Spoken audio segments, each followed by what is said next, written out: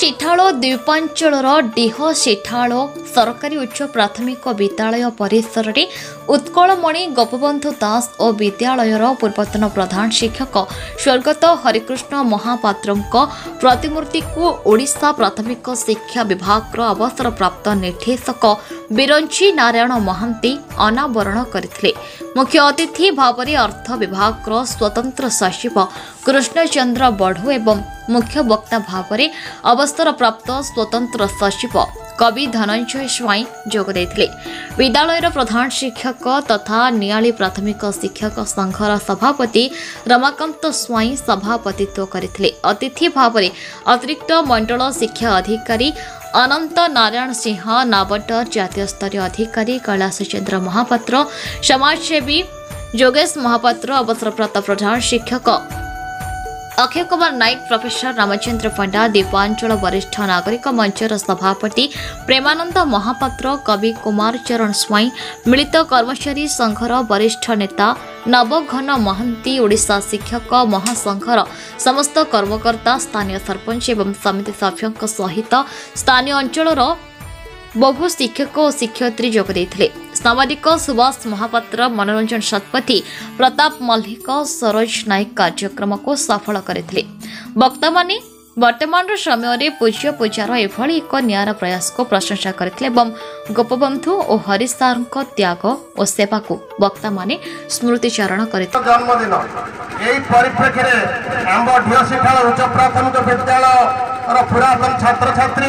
विद्यालय परिचालना कमिटी और मो स्कूल कमिटी आनुकूल्य विद्या मंदिर परिसर में दुई महान बरपुत्र प्रतिमूर्ति उन्मोचन होगा जाऊँगी। जो एक शुभ मुहूर्त यार परिकल्पना मन मध्य शिलान्यास होता ईश्वर को जना।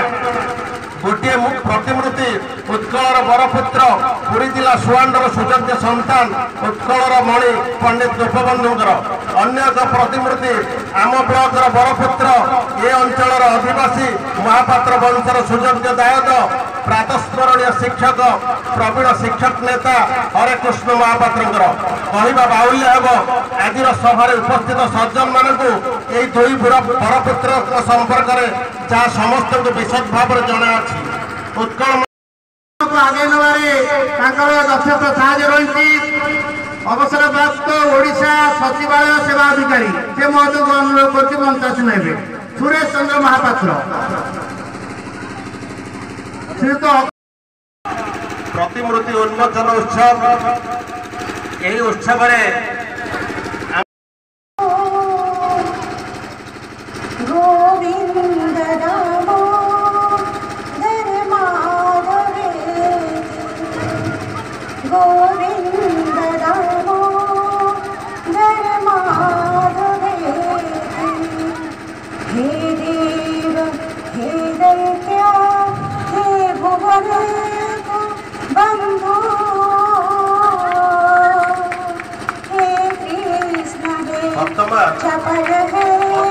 द्वारा प्रतिमूर्ति उन्मोचन कार्यक्रम चालू रही।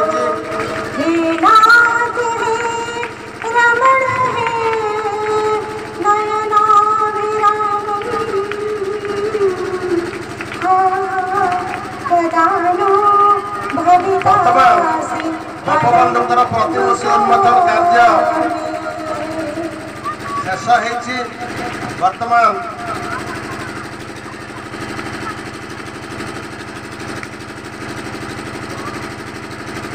आमर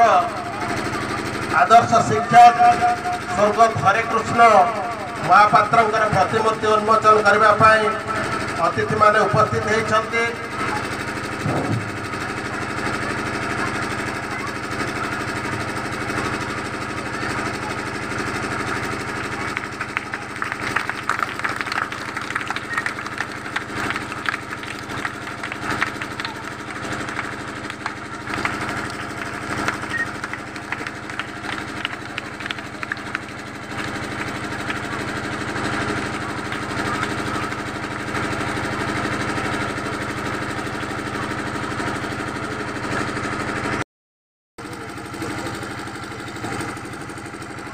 जय जगन्नाथ। जाहो ए दीपांचल कटक जिलार ये जो दीपांचल नियाड़ी ब्लॉक ढियासीठाड़ ग्राम आज मुखरित हो उठी आमर जड़े आम ओडिया जातिर पंडित गोपबंधु दास एवं आमर विद्यालय ये जो विद्यालय अच्छी तार जी प्रधान शिक्षक थे हरे कृष्ण सार से सार प्रतिमूर्ति उन्मोचन सत कहवाक गले किसी कृति करते प्रतिमूर्ति उन्मोचन होता है गोटे सौभाग्य दिवस जे कि हरि सार प्रतिमूर्ति उन्मोचन कर प्रस्ताव सर्वप्रथमे मुझे जहाँ को रमाबू सागर ग्रहण करते ओडिशा एकमात्र शिक्षक थे सी गोटे अनुष्ठान कहे चले अर्थात भल मनीष भल पीड़ा गढ़ार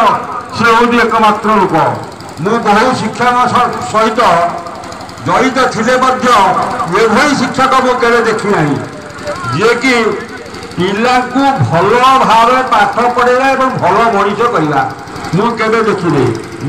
घरे रही पाठ पढ़ुली मुझे लुचिक घर को पलि जाइली सी पलि सुभाष स्वाईं रिपोर्ट न्यूज उपांत ओडिशा।